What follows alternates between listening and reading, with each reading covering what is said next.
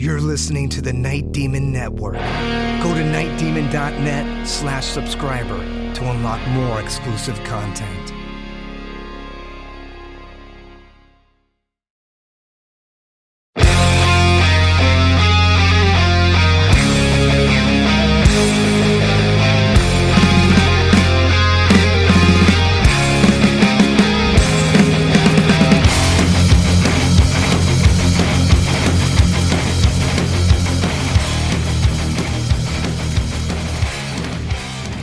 Hello and welcome to the Night Demon Heavy Metal Podcast. I'm your host Nesbit, and it's been a long dive back in history over the past weeks to Night Demon's first major tour. And today we dive into the tail end of this chapter of Night Demon history, the 2014 Extermination Tour.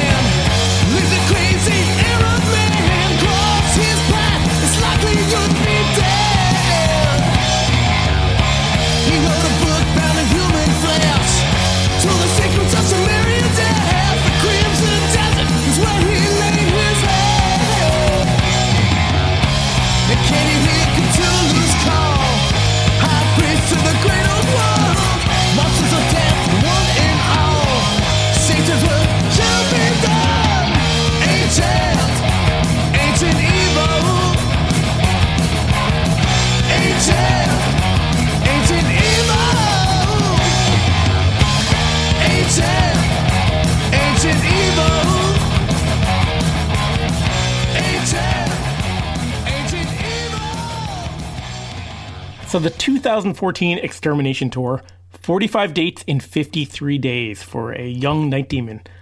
From one coast to the other and back again with stops everywhere in between.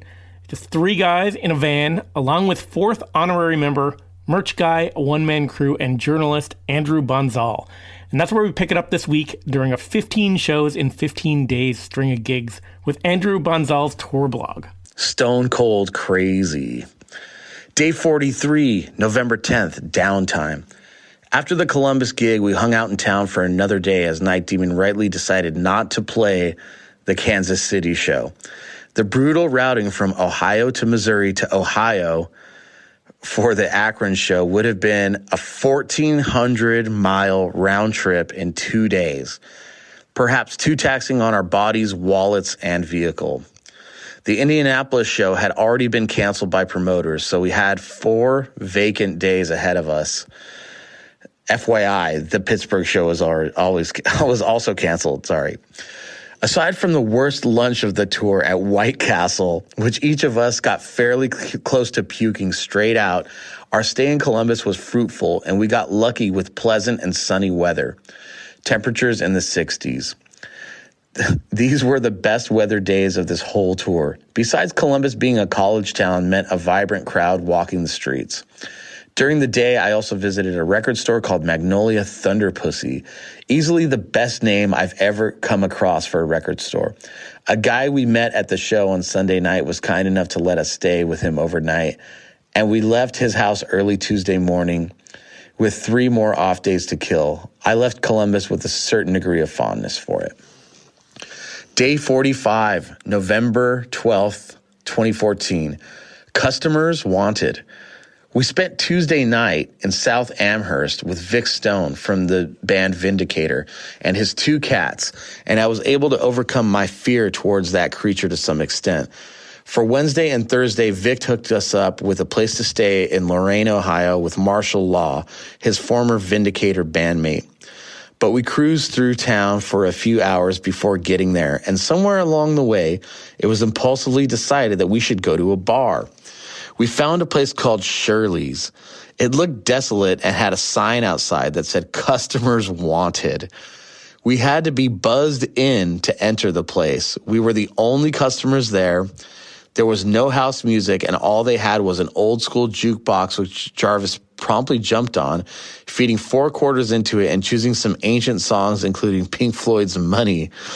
If you're ever near Lorain, Ohio, you must visit Shirley's. Tell them we sent you. Marshall let us stay with him for 2 nights and 1 whole day. His house proving to be a cozy shelter for us with his 2 cats and Siberian Husky dog. Sleeping with those cats gave me yet another opportunity to overcome my fears. Being in Purple Heart territory on Veterans Day was also an interesting little tidbit.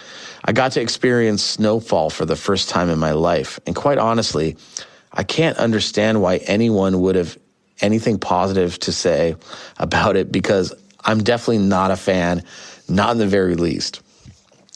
Granted, the sight of snowflakes falling from the sky looks heavenly at first, but when you have to scrape several layers of snow off your vehicle, walk on snow-covered sidewalks, and your vehicle slides on the roads where you're driving, it turns into instant hell. Snow is no fun. Day 47, November 14th, Midnight Demon. After so much downtime, it was finally time to wake up with a show on the agenda. Dustin had used this time most productively to finish season 4 of Breaking Bad and educate our hosts about the ways of Waze. Waze meaning the app, the driving app, the navigation app. Oh, he says it here. An underground social media app for the road with maps of all kinds of information on traffic, police vehicles, construction zones, roadkills, toll roads, and whatnot. Doing the bulk of the driving on this tour, Dustin has been enjoying this reality video game, picking up massive number of points for reporting things that assist other Wazers. He has already achieved Night Wazer status and is extremely stoked about it. On the drive from Lorain to Akron for the gig, we listened to a live recording of one of Metallica's 30th anniversary shows from 2011. The portion with the Diamond Head covers is quite possibly the worst piece of recorded music I've heard in my life. But being strangely fond of bad covers, I was really enjoying Metallica butchering the hell out of those legendary Diamond Head songs.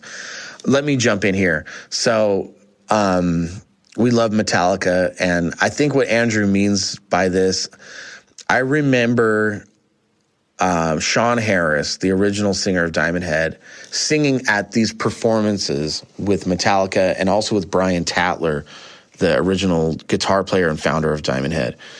I think Sean Harris was a bit out of practice. I don't think it was a Metallica thing. I think it was a Sean Harris thing, and he seemed really winded when he did the shows. I just don't think he was, he hadn't done any gigs in a long time. And it wasn't, for me, I was really stoked to just see it happen, to see all those guys on stage together playing those songs. So, but hey, we all have our opinions about things, right? Okay, he goes on. We were the first ones to arrive at the Empire and last to leave, setting ourselves up for the show within no time, as the venue had its own backline, strobe lighting, and fog machines.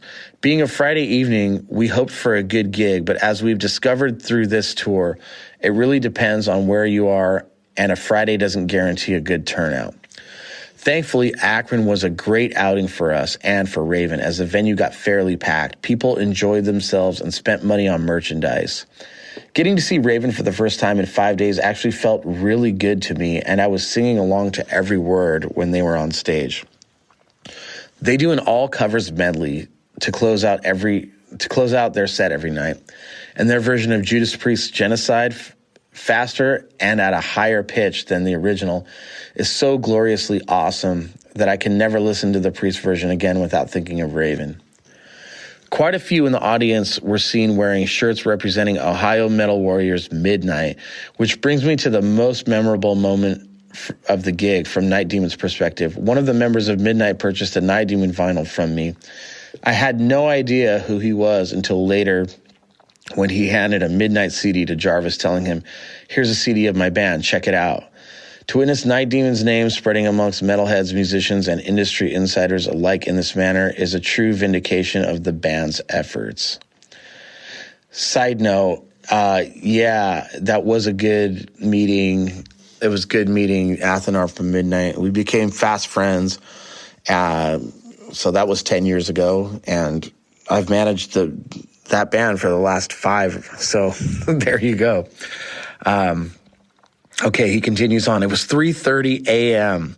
by the time we packed up, loaded out, and left to head to Cleveland, where I needed to be dropped off to catch a bus to Chicago to rejoin the tour on the 16th after skipping the Toronto show due to reasons mentioned in the previous part of the tour blog. I was extremely upset about having to miss that show, but it is what it is. The scene in Cleveland in the early hours of the morning with snow covering everything, no human in sight, and snow shoveling trucks running through the town certainly felt like hell on earth, almost as if we'd entered a war zone. We pulled into a Denny's restaurant with a giant all-nighter sign outside with spooky icicles hanging down from it. Even this supposedly all-night Denny's was closed. That's just how cold and dead this town was at that time. With nowhere to go, we had no choice but to sleep in the van. Day 48, November 11th, to Toronto and back, my apocalypse. They dropped me off at the bus station around 8 a.m., and we parted ways as they went on for the border crossing and into Toronto. Based on what they told me, Night Demon had quite a successful gig in brutally cold but righteously metal Toronto. Although it was far less eventful than Vancouver. Members of the bands Cauldron and Action came out to attend the gig, and Night Demon stayed over with Action after the show. I, in the meanwhile, had a very post-apocalyptic hangout in Cleveland for the entire day, and through my attempts to spend the day at McDonald's and Starbucks outlets, I learned that walking on the streets when snow has melted into slippery ice is definitely harder than walking on them covered in snow. Finally, it was time to board the mega bus, which turned out to be a smooth 7-hour ride to Chicago. An hour or so before reaching Chicago, the bus halted at a Hardee's travel stop for refueling and let the passengers out for 20 minutes. Brent's favorite snack, white cheddar popcorn, was the first thing I noticed there, and I grabbed it immediately. But upon walking back out after 15 minutes, I was absolutely mind-fucked by what I saw. There was a Hardee's of the exact same shape and size directly across the street, and the bus wasn't where I left it. For a couple minutes, I thought I missed the bus and somehow come out on the other side of the street, but the bus returned after a few moments later and safely took me to Chicago, arriving promptly at the scheduled time of 15 minutes past midnight. Day 49, November 16th, Legend in Disguise. After getting off the mega bus, walking a total of nearly 2 miles in bone-chilling cold wind was an educational experience in itself and already makes me appreciate LA weather even more than I already do. I stayed overnight with Chicago metal stalwart Bruce Lamont. He's in Yakuza, Corrections House, and several other bands and projects. The next day, he took me to the Empty Bottle for brunch, and I enjoyed the food and the vibe there quite a lot. I then took public transit to arrive at Reggie's Rock Club for the gig and reunited with Night Demon around 6 p.m. Raven and Manila Road took up most of the room at the merch table, and all I was left with was a little corner under a staircase. But every venue presents its own challenges, and in this aspect, and as the merch guy, you just need to be really flexible. I set up shop and somehow made it work. American heavy metal veterans Manila Road were also on the bill for this show and were slotted as main support, so Night Demon went on earlier than usual at 8:30. Before them, local openers Ancient Dreams put on a more than decent performance, and then Night Demon absolutely destroyed the Reggie stage, playing to an audience comprising of some that were already familiar with the band from this year's Ragnarocker gig at the same venue. Their Riot cover has been unanimously popular everywhere on this tour. Their version is so delightfully heavy, it makes me want to wreck everything around me every time I hear it. I couldn't see much of the show from my position under the staircase, but it sounded crystal clear. Dustin's drums, which had an extra pop to them on this occasion. He had downsized his kit from what he started out with, and the result has been great. Raven rocked the stage. My biggest complaint about the Raven set is they play only one verse of Stay Hard. Somebody please tell them to play the whole song at least once, because they sure as hell don't listen to any of us. I'll interject here. I mean, look, I guess I understand when you have such a big catalog of music. Raven did do kind of like a medley of some of their songs. A lot of people tell me they really don't like medleys. I don't know how I feel about them. I kind of do. Some songs are too long and too repetitive. It's kind of a cool idea. I've had an idea of doing some kind of a Night Demon medley of a certain album, but I'm quickly shot down when those ideas are brought up. So let's continue on here with Andrew's blog.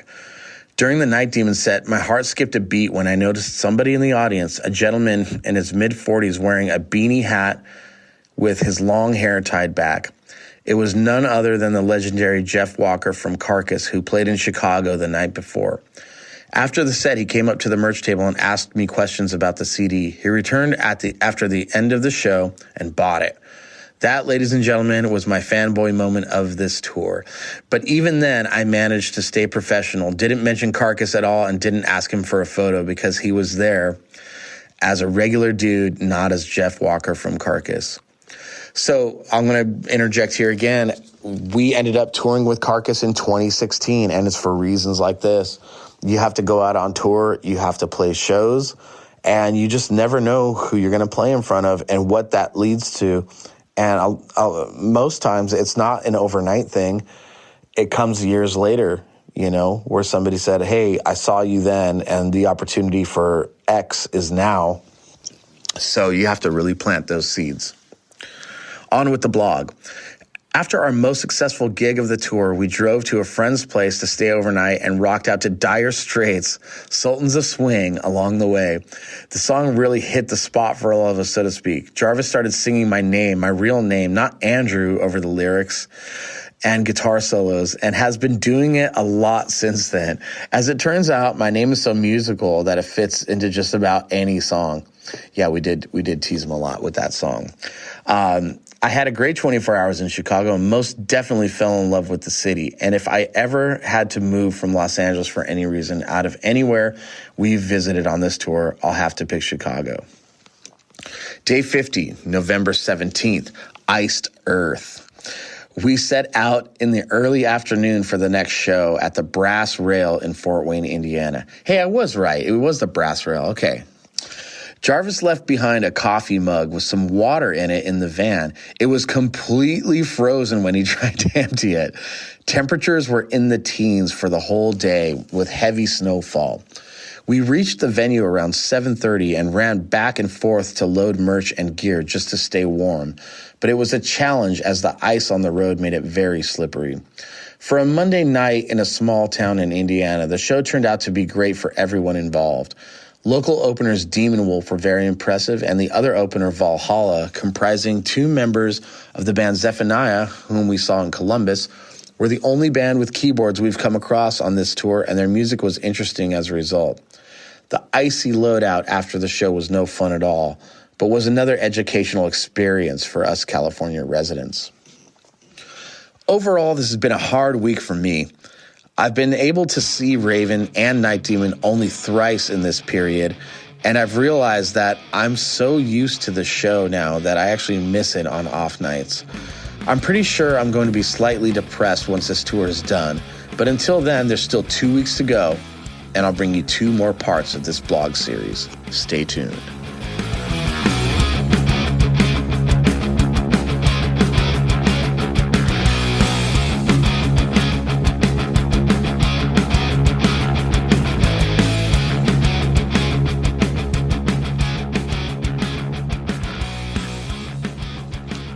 So from Chicago, we were on to Detroit, a place called the Token Lounge, kind of a big room.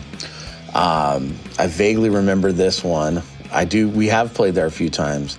Then we were off to Syracuse to Mac's Bad Art Bar. I do remember this show. There was a crazy blizzard that happened, and on the way there, we were turned around because roads were closed. I don't know how, but somehow we did make it to this show. The Rods also played that show, legendary New York 3-piece band. So it was pretty cool, 3-piece bands that night. Pittsburgh, PA at Dead Horse. I don't really remember that gig much. Brooklyn at St. Vitus, I vaguely remember that. Philadelphia, we played at Dobbs, which is a legendary venue. Like Nirvana played there.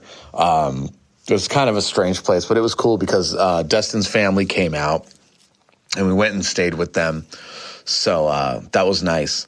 And then we went on to Baltimore, to the Metro Gallery, Richmond, Strange Matter, and ending the tour in Raleigh, North Carolina. I do remember, and I'm not going to say who, but somebody from another band booked 3 of these shows. I believe it was New York, Baltimore, and I don't think it was the Philly show, probably the Richmond show or the Pittsburgh show, but it was very sad. We ended up getting kind of ripped off. I think there was $300 to split between both bands for those 3 shows, and those shows were very well attended. So it was a very sad note to kind of end on. But we did end in Raleigh, North Carolina at a club called the Maywood.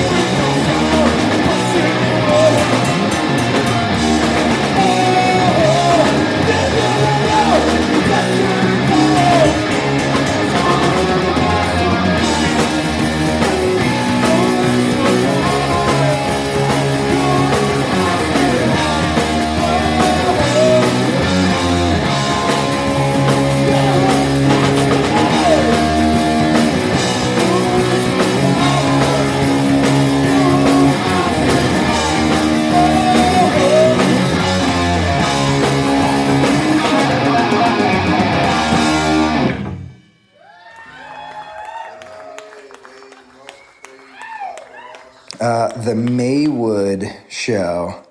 The Maywood show in Raleigh, North Carolina. Last show of the tour with Raven, and they had this sign that said no cover songs because they weren't allowed to, the venue wasn't allowed to have bands play covers. There was a sign in there that said absolutely no cover songs. And so what that means really is there are rights organizations like BMI is one, ASCAP is another, CSAC is another. Those are the real big ones in North America. But basically, if you have a bar that has a jukebox or a band or live music, you have to pay monthly licensing fees to these companies. Every time somebody's music gets played somewhere, the publisher of that music is entitled to some money. So it's only fair, but apparently this place did not pay its dues. So they weren't allowing any cover songs, which is ridiculous because, we have our own publishing company as Night Demon. We own the publishing rights to our songs. So we're entitled to money when our songs are played live.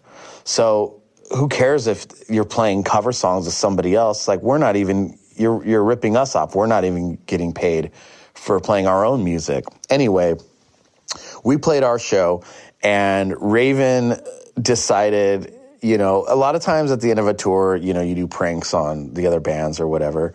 I can't remember if they pranked us or not. I'm sure we'll find out in Andrew's blog. But one thing that they did do is that their last song of the night, they brought us up on stage for a cover of Born to Be Wild. So the bar owner was pissed. The club owner was pissed. But what's he going to do? We were already in the middle of the song. So we broke that. Raven just throws up a little middle finger and ends up playing Born to Be Wild at the end of their set, which they hadn't played that the entire tour.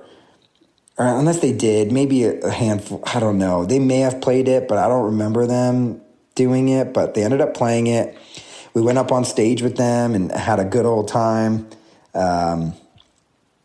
They were like a band that played a prank on us first. It was like the first band that we went out with that came. I forget what they did to us, but they came up on stage and messed with us somehow. I don't know what they did, but they were kind of clowning around with us, kind of like a little tour prank. So then when they were on stage and played Born to Be Wild, I don't know if they called us up or not, but we ended up going up on stage with them and rocking out, and it was a really cool moment. I felt like we had, started as strangers and became friends, and that was really neat to be a part of and to enjoy that moment on stage with them.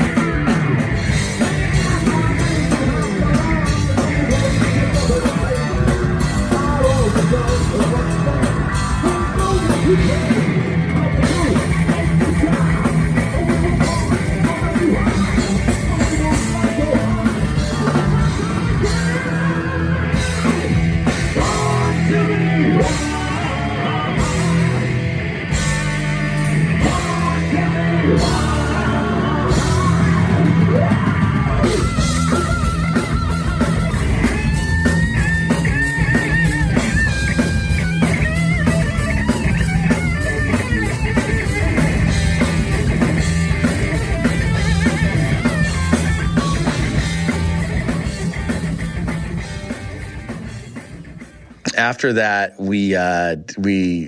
that ended our tour with Raven. We did go back to Atlanta, right where we started the tour, and played at the same bar, the 529. And that was interesting. I think there were some tensions between us in the band. I think we were just burnt out, and I think that show was maybe a bit phoned in, and I was not happy about that. That's not what we were there to do. And then we end up going back to Atlanta, Georgia, because after the Raven tour, we had to get back. You know, we're in North Carolina. We have to go back to Ventura, California. How are we going to do that? We got to book shows. You know, we ended up playing some gigs on the way back. Atlanta was the place. We ended up playing the 529 bar. We're in Atlanta. We're burnt the fuck out. It's a lot of time with each other, a lot of energy spent, a lot of figuring it out. But here we are again in Atlanta. It was bad. Like, we started to lose the crowd, and it could have just been an off night. I don't know. And me being the new guy, I can only say so much at the time, but I was pissed. I was fucking pissed because we're giving it all we got. Yeah, we were exhausted. But that's the difference in the mentality. You know, what are you willing to do? How far are you willing to go? You know, I don't know if I handled that correctly, but I do remember that. And then on the way home, we had to drive all the way back across the country from Atlanta, all the way back to California. We stopped off at Kit Ekman's house for Thanksgiving and had a nice Thanksgiving dinner with him and his family. Got to have some bonding time with him. It was great. Towards the end of the tour, suddenly I realized that, oh, wait a minute. After the Raven tour ends, they're going to do a one-off in Atlanta the night before Thanksgiving. Well, I live in Mobile, Alabama, which is about a 5-hour drive from Atlanta. Why don't I invite them to my house for Thanksgiving dinner? Because nobody should spend Thanksgiving by themselves, right? I got this crazy idea, and I never thought in a million years they would actually say yes when I invited them. But they did. And so Thanksgiving Day, they showed up at my house in Mobile. They met my parents. They met the people who were my in-laws then. They met my brother. They met all this extended family. They had Thanksgiving dinner with us. They stayed the night in Mobile. And I think pretty much that night is when it was cemented. If you want to look at a moment in time where it was solidified that, all right, we're friends for life, and I'm in your corner in your camp for as long as I'm alive. I think I knew it that night. I knew my life had changed, and that it had changed for the better, because Night Demon was always going to be part of me, and I was always going to be part of them. I think they probably felt it too that night. And 10 years later, here we are in exactly that place, and it's beautiful and it's wonderful, and I'm super thankful for it. But anyway, this is all supposed to be about the Raven Tour, and those are my memories of the Raven Tour. So thank you for listening. Love to Night Demon. Drink from the Chalice.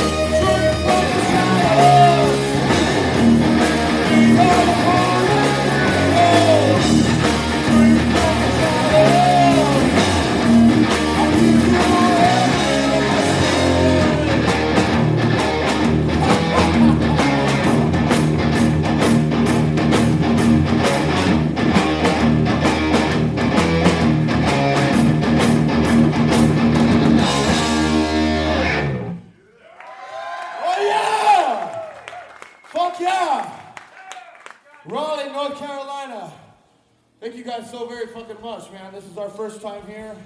We were very happy to be here on this Tuesday evening. Well, that's it for this week, as we are nearing the end of the behind-the-scenes stories of Night Demon on the road in 2014 on this extermination tour. As always, be sure to check out the subscriber section on nightdemon.net. It's a huge archive of Night Demon material. There's tour posters, audio, video, photo galleries from this tour and many other tours. Tons of bonus content. If you listen to the podcast, why not see and hear the companion material that goes along with it? More info on becoming a subscriber on nightdemon.net. And until next week, this is Nesbitt signing off.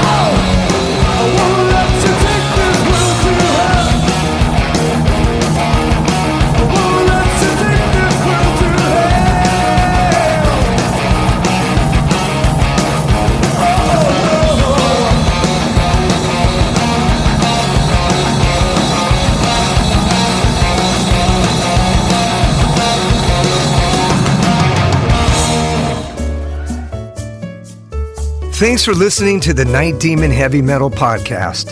Head over to nightdemon.net, click on the subscriber tab, and sign up to access exclusive weekly bonus content. If you would like to donate to support the Night Demon Heavy Metal Podcast, you can do so through PayPal at paypal.me/nightdemonmetal. Additionally, if you have not already done so, please subscribe, like, rate, and review the show on iTunes or wherever you listen to podcasts.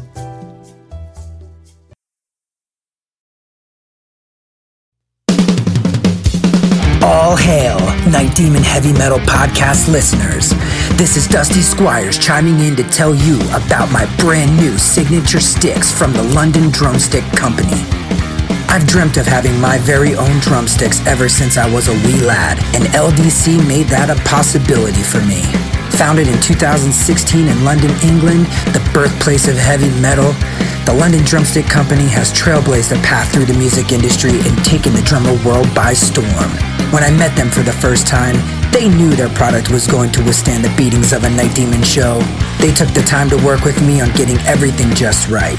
The balance and weight of my sticks are the same no matter what, and the durability is bar none the best I've ever had. I know my sticks will last through the set night after night. I'm truly honored to work with a company that caters to their players the way LDC does. Their innovation and attention to detail is what separates them from the rest of the stick makers out there. Their custom stick sleeves are unbelievable and really make the entire presentation complete. Wait until you see the design they came up with for me. It blew my mind and was a surprise to say the least. They have all kinds of amazing swag, including hoodies, t-shirts, drummer shorts, drum keys, stick bags, towels, face masks, practice pads, and much, much more. Even if you're not a drummer, you can be a part of Demon history and order my brand new signature sticks direct from their website. How cool is that? And to top it off, the London Drumstick Company are giving an exclusive offer to the Night Demon Heavy Metal Podcast listeners. Go to londondrumsticks.co.uk and receive a 15% store-wide discount using promo code DEMONSTICKS. All capital letters, no spaces, Demon Sticks. DEMONSTICKS. I can't thank everyone there enough for the opportunity to be a part of their family and for them trusting me with their amazing products. See you metal maniacs on the road very soon. And yes, the wood chips will be flying.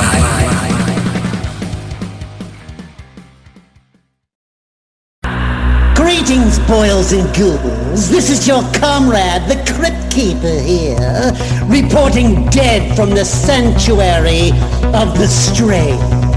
Tonight's macabre myth is a fright-filled feature, one overflowing with monsters, madness, and magic.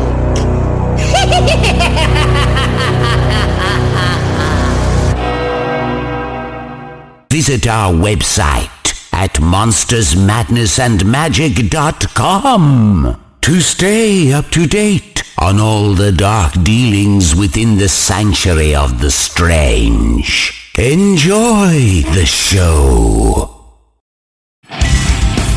Hey Metalheads, I'm Mark and I host the Metal Forge. Let me tell you about the show. The Metal Forge features the best underground metal from all over the world. We spend every week with a different artist with interviews, in-depth conversations, and most of all, the music. We also feature audience interactivity where you can submit your questions to the upcoming guests.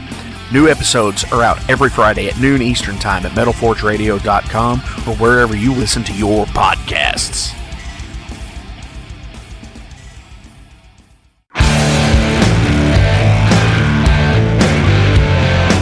Want to know what's going on in the world of music? Then tune in to the Nothing Shocking Podcast, a non-genre based, all-ages friendly rock and roll program. Join us weekly for interviews with all your favorite rock stars from the mainstream to the underground. You can find us at nothingshocking.libsyn.com or anywhere you download podcasts.